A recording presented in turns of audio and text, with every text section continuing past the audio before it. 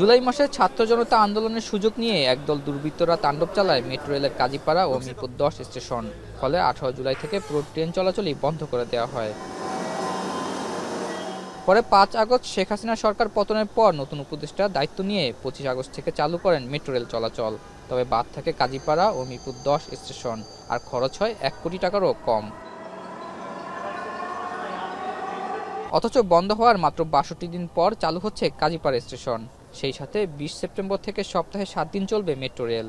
বৃহস্পতিবার এক সংবাদ সম্মেলনে এই কথা জানান ঢাকা ম্যাস ট্রানজিট কোম্পানির ব্যবস্থাপনা পরিচালক আব্দুর রউফ। এলো ভিশন মুশকিল আসান অফার। যে কোনো ব্র্যান্ডের পুরনো ফ্রিজ নিয়ে চলে আসুন ভিশন শোরুমে আর নিয়ে যান নতুন ভিশন ফ্রিজ 20% পর্যন্ত ছাড়। তাদের প্রতি আমাদের পূর্ণ সমবেদনা জানাচ্ছি। তিনি জানান, এখন থেকে প্রতি শুক্রবার বিকাল 3:30 থেকে রাত 9টা পর্যন্ত 12 মিনিট পর পর মোট 60টি ট্রেন আপ ডাউন করবে। সেই সাথে কাজীপাড়া স্টেশন চালু করতে প্রাথমিকভাবে ব্যয় হয়েছে 20.5 লাখ টাকা। আগামী শুক্রবার অর্থাৎ 20 তারিখ 3টা 30 মিনিট থেকে মেট্রো রেলের শনি শুক্রবারের অপারেশন উত্তর থেকে শুরু হবে এবং মতিঝিলে এটা শেষ হবে। এখন শুরু হচ্ছে আমাদের 7 দিনের মেট্রো রেলের যাত্রা। এই জন্য আমাদের 9:40-এ এটা শুরু হবে, 3:30-এ উত্তর থেকে, আর মতিঝিল থেকে 9টা পর্যন্ত চলবে আমাদের উত্তর থেকে 3:30 থেকে 9টা, আর মতিঝিল থেকে এটা 3:50 থেকে রাত 9:40 পর্যন্ত। আগামীকাল থেকে কাজীপাড়া চালু হবে ইনশাল্লাহ। এই টাইম শিডিউলটা আমি বলে দিলাম, এটা কাজীপাড়ার ক্ষেত্রে প্রযোজ্য। এদিকে মেট্রো রেল নকশায় যে ভুল থাকার কথা বলা হচ্ছে তা ঠিক নয়, তবে মাঝে মধ্যে যে ত্রুটি দেখা যায় সেই বিষয়ে নজর রাখা হচ্ছে বলে জানান তিনি। বিশেষজ্ঞ সাহেবরা অনেক কথা বলতে পারেন, আমরা তাদেরকে সম্মান জানাই, কিন্তু that should be realistic with fact and figures.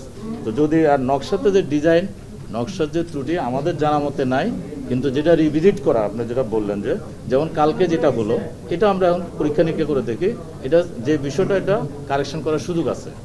যেটা ধরুন পড়ে গেছে, পড়াটা প্রাথমিকভাবে যে বিষয়গুলো আসছে যে আমরা যদি চারদিকে এটা লোয়ার ফ্রেম করে দিই তাহলে এটা পড়বে না, আমরা চারদিকে এটাকে ঢালাই করে দিতে হয় তাহলে পড়বে না, এরকম অপশান আছে। কিন্তু which one is more secured and more compatible, সেটা ওনারা রিপোর্ট দিলে আমরা সেই অনুযায়ী কারেকশনে যাব।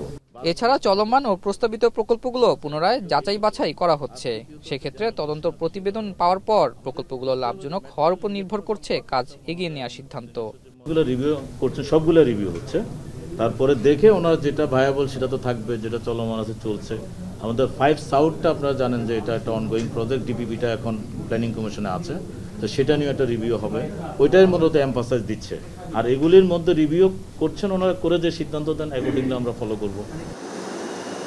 এদিকে বর্তমানে ডিএমটিসিএল এর কর্মকর্তাদের মধ্যে যে বৈষম্যের অভিযোগ উঠেছে তা তদন্ত করে ব্যবস্থা নেওয়ার কথা জানান কর্তৃপক্ষ। আতর নিয়ন, এখন, ঢাকা।